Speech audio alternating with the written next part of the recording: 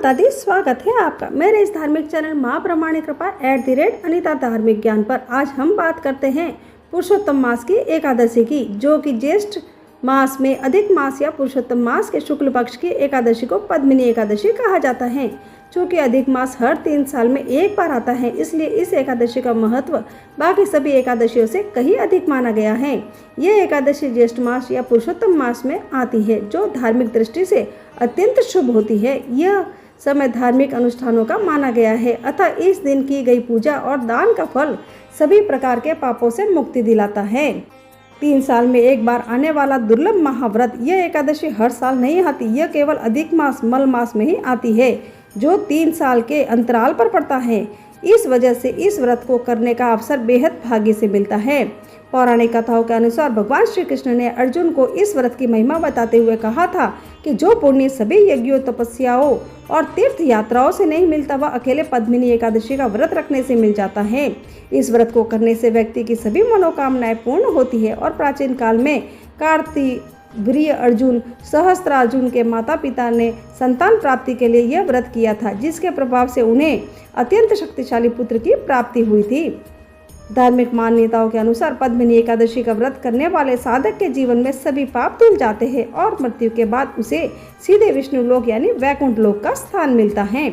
अधिक मास के स्वामी भगवान विष्णु है। इस दिन विष्णु जी के साथ माता लक्ष्मी जी का विशेष पूजन करने से घर की दरिद्रता हमेशा के लिए समाप्त हो जाती है और आर्थिक संकट भी दूर होते हैं। पद्मिनी एकादशी का व्रत अन्य एकादशियों की तुलना में थोड़ा कठिन होता है और इसके नियमों का कड़ाई से पालन करना भी अनिवार्य है। व्रत की शुरुआत दशमी के दिन यानी एकादशी के एक दिन पहले की रात से ही शुरू हो जाते हैं। दशमी की रात को कांसे के बर्तन में भोजन नहीं करना चाहिए और मांस, मदिरा, मसूर की दाल, प्याज, लहसुन जैसे तामसिक भोजन से पूरी तरह से दूरी बना लेनी चाहिए। पुरुषोत्तम मास में पड़ने वाली पद्मिनी कमला एकादशी का व्रत का शुभ मुहूर्त 26 मई 2026 मंगलवार की सुबह 5:10 पर प्रारंभ होगा। वही एकादशी तिथि का समापन 27 मई 2026 बुधवार की सुबह 6:21 पर होगा। व्रत के पारण का समय 28 मई 2026 गुरुवार की सुबह 5:25 से लेकर 7:56 तक रहेगा। यानी उदया तिथि के अनुसार 27 मई बुधवार को ही व्रत करना उचित होगा। भगवान श्री कृष्ण कहते हैं कि दोनों पक्षों की एकादशी समान रूप से कल्याणकारी करने वाली है, लेकिन इसमें शुक्ल पक्ष और कृष्ण पक्ष का कोई भेद नहीं करना चाहिए। यदि उदय काल में थोड़ी सी एकादशी, मध्य में पूरी द्वादशी और अंत में किंचित त्रयोदशी हो तो वह त्रिस्पर्शा एकादशी कहलाती है और वह भगवान को बहुत ही प्रिय है। और भगवान श्री कृष्ण कहते हैं कि पहले दिन में और रात में भी एकादशी हो तथा दूसरे दिन केवल प्रातः काल एक दंड एकादशी रहे तो पहली तिथि का परित्याग करके दूसरे दिन की द्वादशी युक्त एकादशी को ही उपवास करना चाहिए। यह विधि दोनों एकादशी पक्षों के लिए है। और भगवान श्री कृष्ण कहते हैं कि यह विधि मैंने दोनों पक्षों की एकादशी के लिए बताई है। जो मनुष्य एकादशी को उपवास करता है वह वैकुंठ धाम में, जहाँ साक्षात भगवान गरुड़ ध्वज विराजमान है, वहाँ पर जाता है। एकादशी व्रत के दिन इन नियमों का पालन जरूर करना चाहिए। व्रत के एक दिन पहले ही दशमी तिथि से ही सात्विक भोजन ग्रहण करना चाहिए। प्याज लहसुन का त्याग कर देना चाहिए और एकादशी के दिन सुबह जल्दी उठकर स्नान आदि से निवृत्त होकर व्रत का संकल्प लेना चाहिए। भगवान विष्णु की प्रतिमा या चित्र को स्थापित कर उन्हें पीले फूल, फल, धूप, दीप और निवेद भोग अर्पित करना चाहिए। विष्णु सहस्त्र नाम का पाठ करना चाहिए और व्रत कथा अवश्य ही सुनना चाहिए या पढ़नी चाहिए। अब मैं आपको पुरुषोत्तम मास की यानी कमला एकादशी का महात्म्य सुनाने जा रही हूँ। आप सब ध्यान से सुनिएगा। युधिष्ठिर ने पूछा कि भगवान, अब मैं श्री विष्णु के व्रतों में उत्तम व्रत का जो सब पापों को हर लेने वाला तथा व्रती मनुष्यों के मनोवांछित फल देने वाला है, उसका श्रवण करना चाहता हूँ। जनार्दन, पुरुषोत्तम मास की एकादशी की कथा कहिए। इसका क्या फल है और इसमें किस देवता का पूजन किया जाता है? प्रभु, किस दान का क्या पुण्य है? मनुष्यों को क्या करना चाहिए? उस समय कैसे स्नान किया जाता है? किस मंत्र का जप होता है? कैसी पूजन विधि बताई गई है? पुरुषोत्तम यानी पुरुषोत्तम मास में किस अन्न का भोजन उत्तम है? श्री भगवान कृष्ण बोले कि हे राजेंद्र, अधिक मास में आने पर जो एकादशी होती है वह कमला नाम से प्रसिद्ध है। वह तिथियों में से उत्तम तिथि है। उसके व्रत के प्रभाव से लक्ष्मी अनुकूल होती है।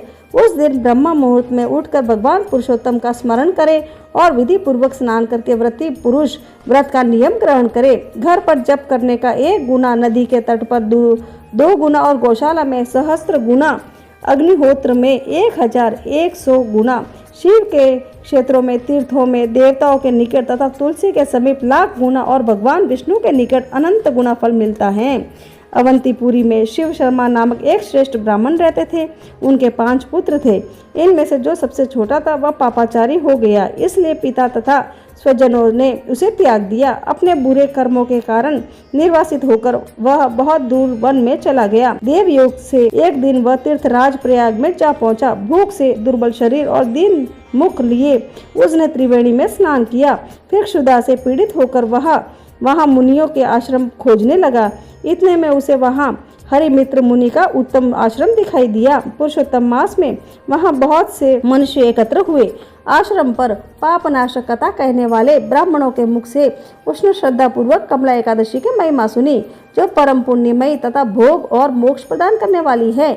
जय शर्मा ने विधि पूर्वक कमला एकादशी की कथा सुनकर उन सबके साथ मुनि के आश्रम पर ही व्रत किया। जब आधी रात हुई तो भगवती लक्ष्मी उसके पास आकर बोली कि हे ब्राह्मण, इस समय कमला एकादशी के व्रत के प्रभाव से मैं तुम पर बहुत ही प्रसन्न हूँ। देवादिदेव श्री हरि की आज्ञा पाकर वैकुंठ धाम से आई हूँ। मैं तुम्हें वर देती हूँ।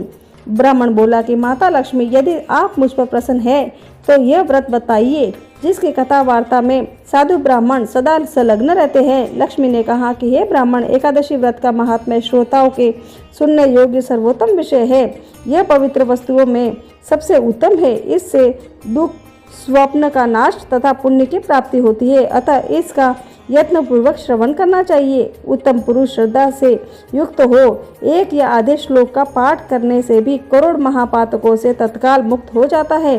जैसे मासों में पुरुषोत्तम मास, पक्षियों में गरुड़ तथा नदियों में गंगा श्रेष्ठ है, उसी प्रकार तिथियों में द्वादशी तिथि उत्तम है। समस्त देवता आज भी एकादशी व्रत के ही लोभ से भारतवर्ष में जन्म लेने की इच्छा रखते हैं। देवगण सदा ही रोग शोक से रहित भगवान नारायण का पूजन करते हैं। जो लोग मेरे प्रभु भगवान नारायण के नाम का सदा भक्ति पूर्वक जप करते हैं, उनके ब्रह्मा नारायण के नाम का सदा भक्ति पूर्वक जप करते हैं, उनके ब्रह्मा आदि देवता सर्वदा पूजा करते हैं।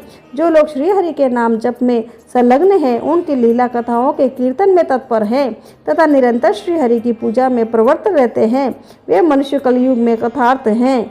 यदि दिन में एकादशी और द्वादशी हो तथा रात्रि में बीते बीते त्रयोदशी आ जाए तो उस त्रयोदशी के पारण में 100 यज्ञों का फल प्राप्त होता है। व्रत करने वाला पुरुष चक्र सुदर्शनधारी देवादिदेव श्री विष्णु के समक्ष निम्नांकित मंत्र का उच्चारण करके भक्ति भाव से संतुष्ट चित्त होकर उपवास करे। वह मंत्र इस प्रकार है। एकादश्याम निराहारम हित्वाहम परेहिनी भोक्ष्यामि पुंडरीकाक्ष शरणम में भवाच्युत। कमल नयन भगवान अच्युत में एकादशी को निराहार रहकर दूसरे दिन भोजन करूंगा, आप मुझे शरण दे। तत्पश्चात व्रत करने वाला मनुष्य मन में इंद्रियों को वश में करके गीत वाद्य नृत्य और पुराण पाठ आदि के द्वारा रात्रि में भगवान समक्ष जागरण करे। फिर द्वादशी के दिन उठकर स्नान के पश्चात जितेंद्रिय भाव से विधि पूर्वक श्री विष्णु की पूजा करे। एकादशी को पंचामृत से जनार्दन को नहलाकर द्वादशी को केवल दूध में स्नान कराने से श्री हरि का सायुज्य प्राप्त होता है। पूजा करके भगवान ने से इस प्रकार प्रार्थना करे कि हे केशव, मैं अज्ञान रूपी रतौंधी से अंधा हो गया हूँ। आप इस व्रत से प्रसन्न हो और प्रसन्न होकर मुझे ज्ञान दृष्टि प्रदान करे। इस प्रकार देवताओं के स्वामी देवादिदेव भगवान गदाधर से निवेदन करके भक्ति पूर्वक ब्राह्मणों को भोजन करवाए तथा उन्हें दक्षिणा दे। इसके बाद भगवान नारायण के शरणागत होकर बलि वैश्वदेव की विधि से पंच महायज्ञों का अनुष्ठान करके स्वयं मौन हो अपने बंधु बांधवों के साथ भोजन करे। इस प्रकार जो शुद्ध भाव से पुण्यमय एकादशी का व्रत करता है वह पुनरावृत्ति से रहित वैकुंठ धाम को प्राप्त होता है। ऐसा कहकर तब भगवान श्री कृष्ण कहते हैं कि राजन, ऐसा कहकर लक्ष्मी देवी उस ब्राह्मण को वरदान दे अंतर्ध्यान हो गई। फिर वह ब्राह्मण भी धनी होकर पिता के घर पर आ गया। इस प्रकार जो कमला का उत्तम व्रत करता है तथा एकादशी के दिन इसका महात्म्य सुनता है, वह सब पापों से मुक्त हो जाता है। अब मैं आपको पद्मिनी एकादशी की व्रत की कथा सुनाती हूँ, आप ध्यान से सुनिएगा। पौराणिक कथा के अनुसार त्रेता युग में महिष्मती नगरी के राजा कीर्तिवीर्य राज्य करते थे। उनके कई रानियां थीं, लेकिन बहुत वर्षों तक तपस्या और यज्ञ करने के बाद भी उन्हें कोई संतान प्राप्त नहीं हुई। राजा के कोई उत्तराधिकारी न होने के कारण प्रजा और राज्य के मंत्री भी चिंतित रहते थे।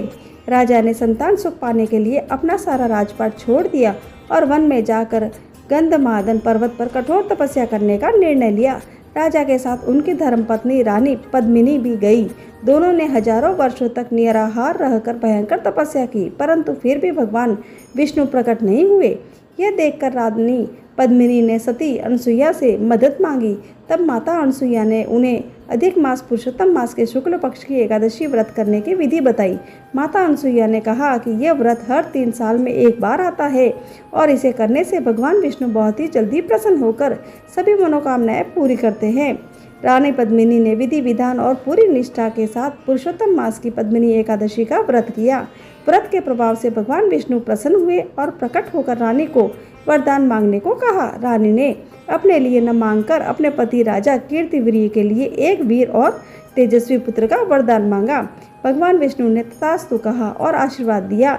इसके प्रभाव से उन्हें एक ऐसा अत्यंत पराक्रमी पुत्र प्राप्त हुआ जिससे तीनों लोगों को जीत लिया था। रानी पद्मिनी के नाम पर ही इस व्रत को पद्मिनी एकादशी कहा गया है। इस व्रत कथा को पढ़ने या सुनने से वाजपेयी यज्ञ के समान पुण्य फल प्राप्त होता है। इस प्रकार मेरी पद्मिनी एकादशी का महात्म्य और कथा संपूर्ण हुई। अधिक मास के शुक्ल पक्ष की पावन पद्मिनी यानी कमला एकादशी का व्रत बहुत ही दुर्लभ और फलदायी माना गया है। कहा जाता है कि इस दिन व्रत और कथा सुनने से भगवान विष्णु और माता लक्ष्मी जी की विशेष कृपा प्राप्त होती है। पुरुषोत्तम मास की कथा आप भी सुनिए और अपने भाई बंधुओं को भी शेयर करें ताकि उनको भी इस कथा का लाभ मिल सके और आप भी पुण्य के भागी बन सके। जय श्री कृष्णा, राधे राधे, जय माता दी।